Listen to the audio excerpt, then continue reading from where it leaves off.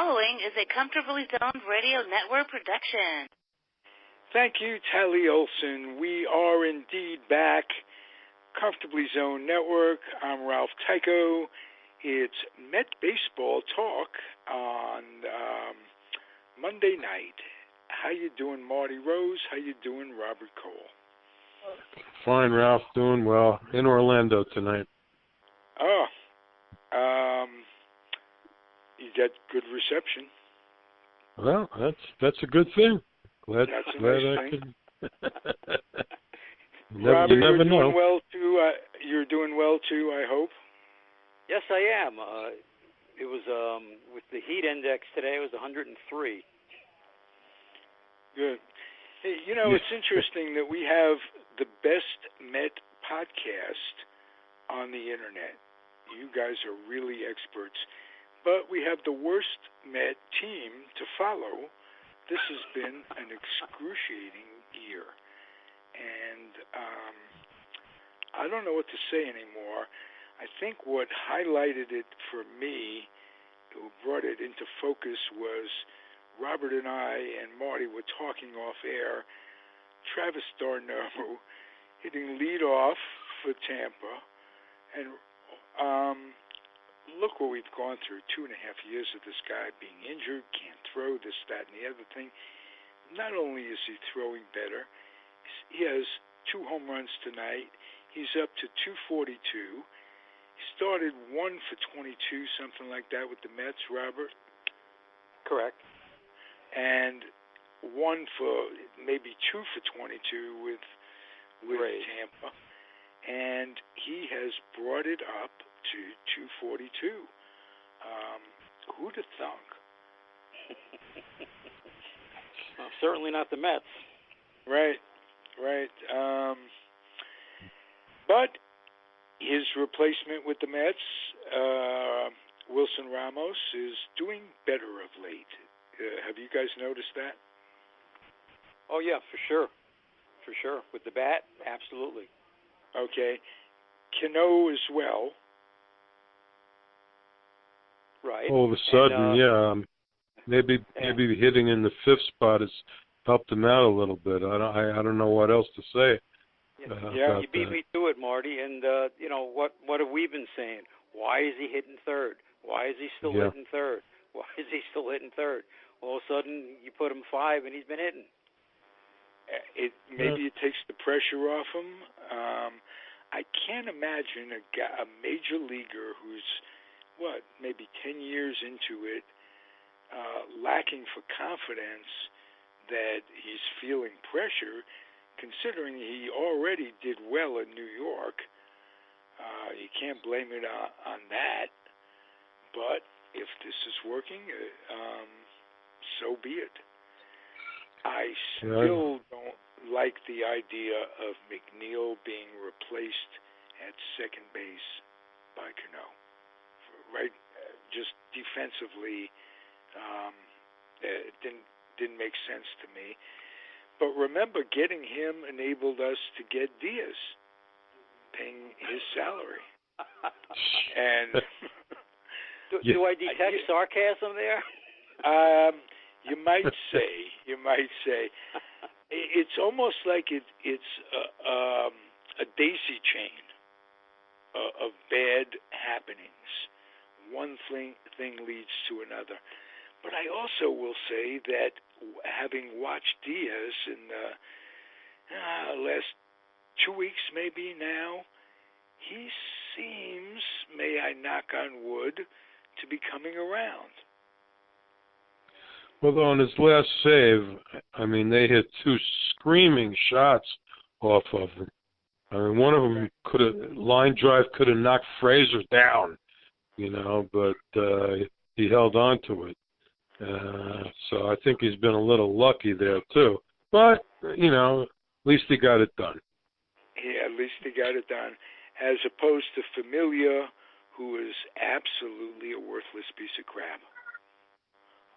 Yeah, they have to eat that contract. There's no other way. He's done. No question about it. That's a tough contract to eat, though. Well, that's 3 years. I know. What are you going to do? You can't keep putting him out there. What are you going to do? Just keep him on the team? Give him a mop-up role? I mean, what's the sense of that? You need somebody. I agree. But remember, we're talking about the Wilponzis here. I know. They are not gonna pay twice. Cut him, eat his salary, and bring another guy in. They're just not. You're right, Robert. Mr. Wilponzi's, they're not about to. Leopards don't change spots, or whatever that expression is. I mean, I would call in Tanya Harding again, but she did a lousy job with Cano, so I mean, I can't even depend on her. I told you guys both, if you're going to do anything, get Gil Hulley or whatever that guy's name is, the one she hired to do the work.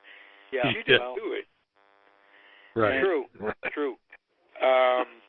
She's also a gnarly woman. I don't. That's the best way to describe her. If you've ever seen her on the internet in any way, you wouldn't want to, and that memory sticks in my head. So, on to more pleasurable things.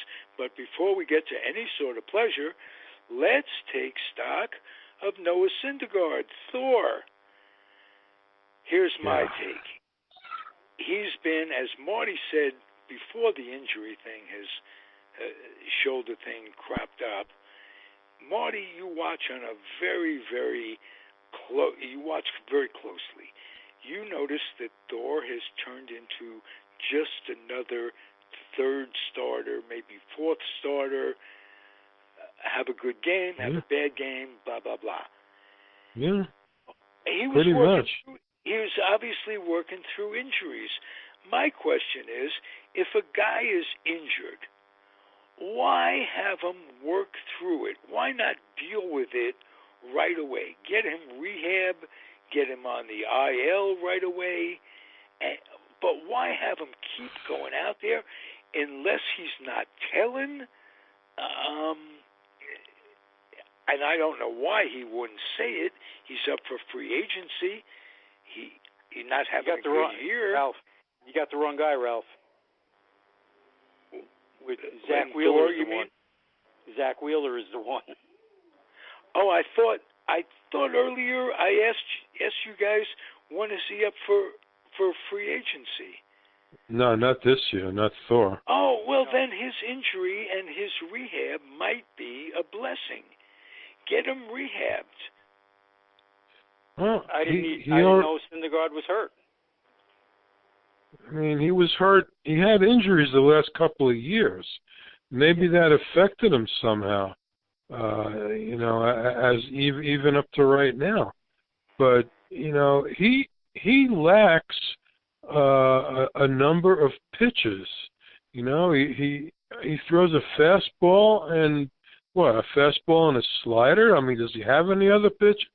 He needs to develop a nice changeup, something. All he does is try to throw 100 miles an hour every time. And, if the ball doesn't move, major league hitters can hit 100-mile-an-hour fastball. And I also think these guys going to reach 199 and what have you, instead of developing that pitch, is what's contributing to the arm injuries. You put that extra strain on it. You try to gear it up a little bit.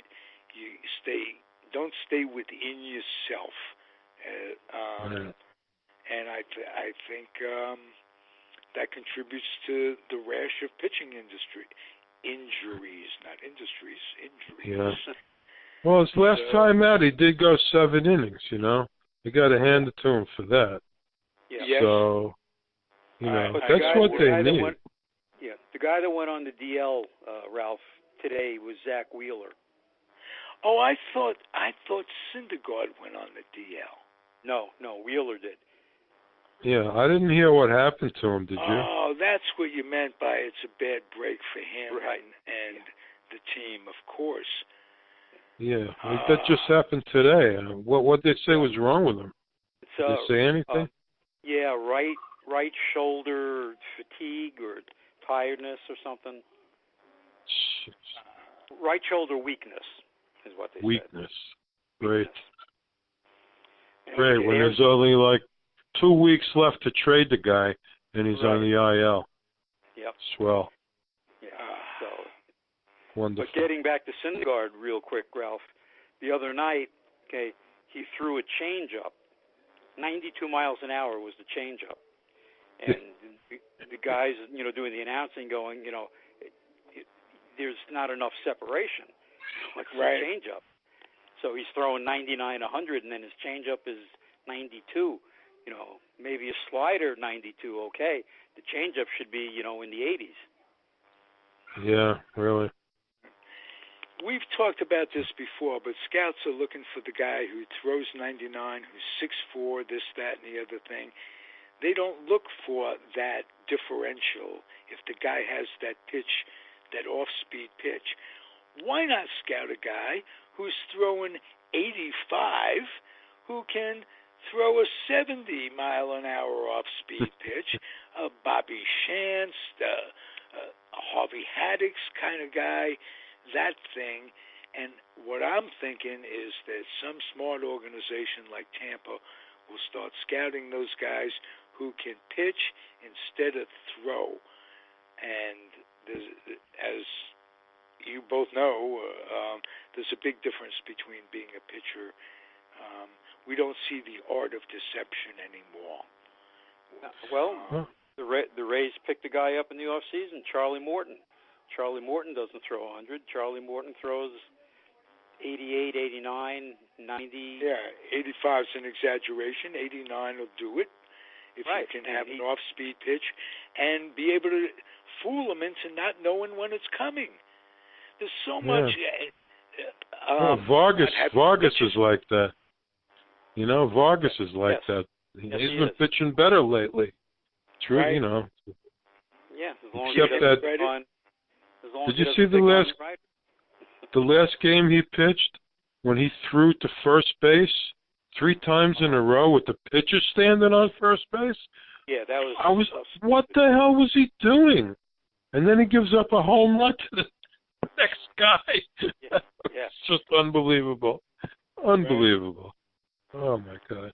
But the college pitchers they're just throwing for speed. They figure everybody's looking for the guys that can throw in the high 90s, and that's what they do. The guys that were like real artists out there, some of the guys you mentioned before, that's not happening anymore. Right. Oh. And that's also the reason why you're seeing, guys in high school getting Tommy John surgery, because they're trying to throw so hard, so young. Throw the ball over the plate. But there have been they're using it, these parents that are breeding their kids so they can make millions of dollars, they can give back to the parents. That craziness, there have been cases where they're using Tommy John surgery on a high school kid as somewhat elective. Yes. Figuring they'll tighten things up and the kid will come out throwing faster than before. You're going to put your kid under a knife to do something like that, right? Well, come on, son, we're going to the hospital. No practice today. We're going to take a year off from actually playing, and you're going to have rehab. But don't worry, you'll come back stronger, and you'll be signed someday. What kind of mentality is that? I don't understand that. Well, you'd be surprised, Ralph, all the years that I umpired, parents letting their kids, be coached to throw a curveball at 8, 9 years old. Okay. I saw Little League players literally snap their arms trying to throw a curveball at 9 and 10 years old. And oh my God. That's what it's all about. I mean, it's almost like, some of the tennis players, the young tennis players get burned out at 15 and 16 because their parents are making them go crazy. It's the same thing in baseball. Right. that's absolutely true about tennis with the Balsteri boarding schools, that kind of almost a routine where that's all you do is learn tennis and that stuff. But ironically, Federer, the sisters, Williams. They're lasting well into their 30s, which goes against what you just said about early burnout. There are some players who seem to handle it and remain competitive and make. Well, you're talking about the greatest of all time, Ralph. The Williams sisters. The Williams sisters, Federer, these guys. The guy who played yesterday, Nadal. These guys are the best almost ever. Federer could be the best ever. Serena Williams probably is the best ever female, no question. And then you have the opposite, Jennifer Capriati, for instance. Right.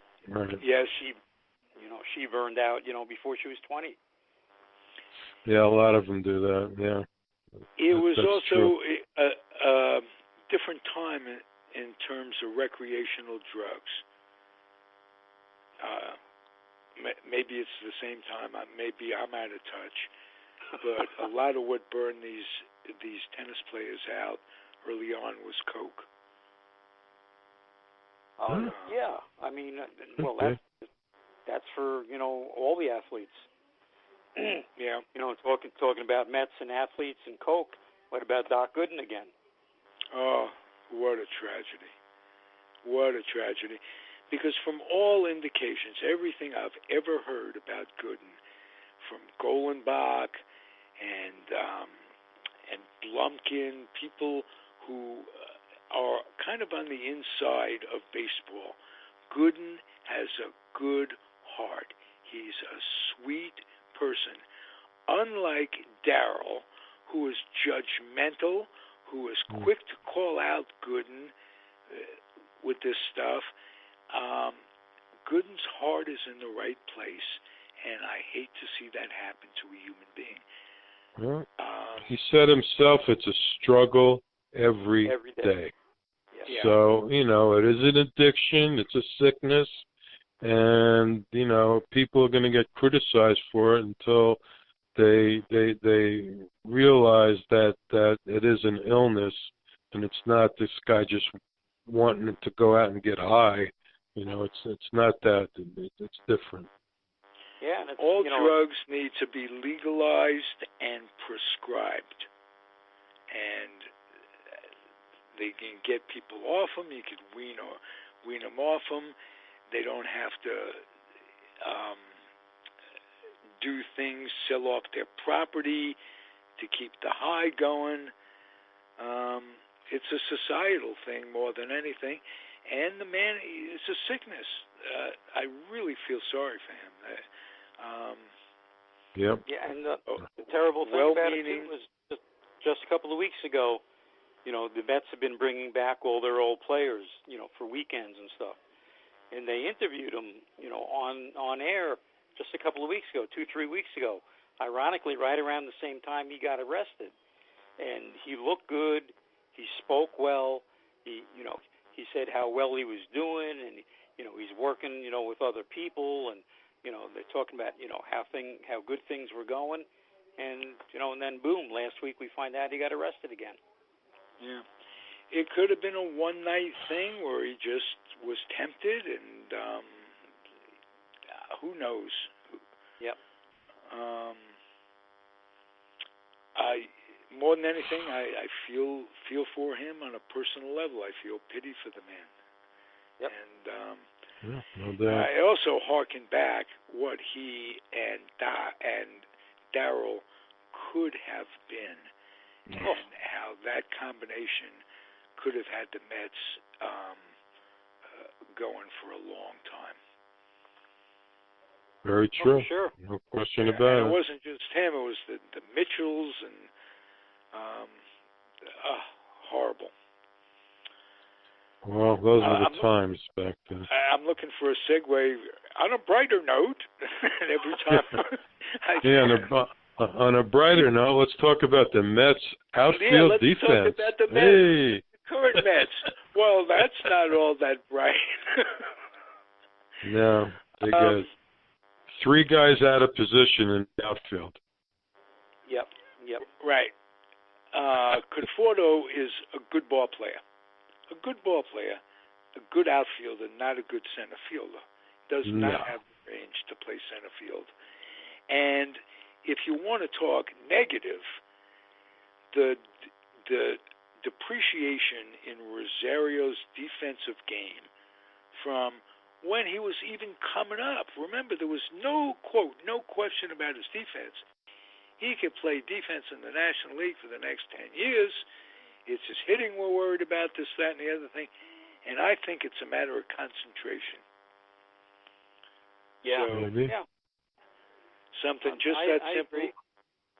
And I think with maturity, with maybe bringing in a mentor again. Reyes was there and was starting to realize that he was there more to keep Rosario going than to contribute on the field last year. Yes.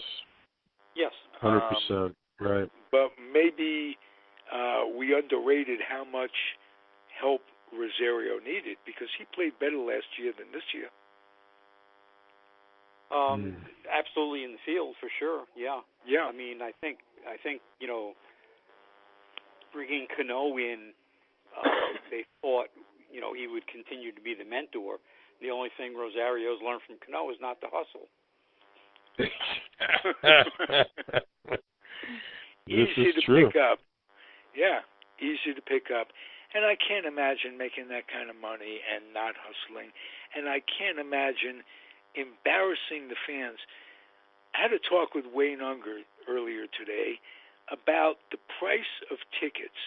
I don't know what it is at Shea, but he was quoting some prices at Yankee Stadium for a single game, a really good seat for a single game is just unbelievable.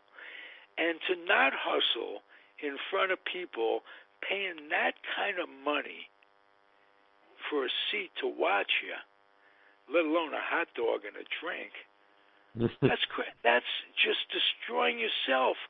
Because if the fans love you in New York as the Crane Pools and the Shamskys and the Cleon, all these people, you never have to buy a drink in New York.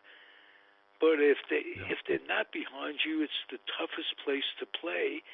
And the only thing a fan knows about, if a guy is hustling, he makes an error, what the hell? But a New York fan will pick up on that lack of hustle right away, and it'll stick with him for the rest of his career. And I don't think Cano has a rat's ass chance of making it okay with the fans at this point. Well, and Rosario was lucky that he was in Miami the other day and not in Citi Field, because they would have been all over him, the fans. Right. It's a different world, but the leadership should be coming not only from the players in the clubhouse with something like that, but the frickin' manager should get in there and say, hey, he benched him for one game, and then he brought him in as a pinch hitter. Did Calloway. Well, yeah, and, you go back to, a couple of months ago with Cano, when Cano wasn't hustling, and then he sat him out a game, and he claimed to the press that, I sat him out. Robbie knows why I sat him out. And then the press went to Cano, and they asked Cano, did you get sat down for disciplinary reasons? He goes, no, the manager never told me that. He told me that it was my rest day. And then, Calloway does the same thing yesterday. First, what did he say, Marty, at first? That it was a normal rest day? Scheduled rest day. Okay. That's what he said at first. then he said later that he changed it. Right. So. It was a disciplinary action for not hustling. Yeah, he changed the story. Will Calloway finish out the year? Start with you, Robert. Unfortunately, yes. Okay, because why? Once again, going back to the Wilponzis, they're not going to want to bring somebody else in and pay them, unless they use Riggleman. So which is going to. That'll be the same old. Idea. Yeah. If they'd use Riggleman, it would just be the same old. To me, the same thing. Yep. So because I see him. I see him making it through the year. I'm also concerned that he'll be back next year. Could very well be. Well, if they're not planning on bringing him back next year, I say get rid of him now. Pull the plug now. Oh, and I agree. I've been saying that all along. But the Wilponzis are a different breed. They put 4 years in this new general manager, and they're obviously not going to fire him. And so right now, Calloway's the scapegoat. And it makes it easier for the general manager because Calloway isn't the guy he hired. Correct. Right. So with that in mind, I say do it as quickly as possible. And then, it clears the air. Let's put it that way. But they're going to go through one of these big search routines at the end of the year. But the way it's set up now with all so many people having their ideas to share as a group, how is a guy like Joe Girardi going to come in when he is going to have to hear it from other guys telling him what to do all the time? I don't think that he wouldn't come in under those terms. Well, then couldn't get a guy like Girardi to you're not going to get a guy. That's going to be the problem. They're not going to get a Girardi or a Dusty Baker or a Buck Showalter. None of those guys, and they're gonna wind up with some, another young, inexperienced guy that knows how to take orders, and that's what's going to happen. Yep. Unfortunately, that's the way of baseball today. Yeah, it's too bad. Yeah, well, my feeling is if you're going to fire a guy's pitching coach, you might as well fire him. Right. Yeah, well, I agree. It's clean everything out. Do the whole thing. But again, we're talking about a different breed of owner, the Wilponzis. All right, guys. I can't say this was uplifting, but I can say it was realistic. And if you're listening out there, you'd rather hear this than a bunch of fluff. I guarantee you. Or at least I would have if I was sitting out there. And let's leave on one good note, Ralph. Okay. Yes, we have a please. 2-game winning streak. That's true. Two games in 24 hours coming up against the Twins, who are a very good ball club. There you go. Okay, ruining my rush. Okay, I had a good rush going, and you go. Okay, but here's one: the Twins could not be taking them too lightly, perhaps. Well, we'll see. All right. And then those crappy Giants are coming up, who scored 19 runs this afternoon. Yeah. But those crappy Giants have crossed over. They've won like 8 out of 9. They have just in time. They've gotten into the wild card race, and Longoria is playing like the Longoria that they wanted when they got him. And Mike he was Yastrzemski damn good. Playing He like was his pretty grandfather. good with Tampa, wasn't he? Oh, he was excellent. He was the face of the team. He was the guy. Wow. What a difference in his play. I'm thinking he's got a brand new chemist. Well, Balco's right out there. All right. Right. Convenience is our middle name. Thank you guys for another great Met show. You're the best. Okay. All right. See you next time. Marty Rose and Robert Cole. I'm Ralph Tyko, the weak link of it all. We'll be back at you sooner than later. Adios, everybody. Good night.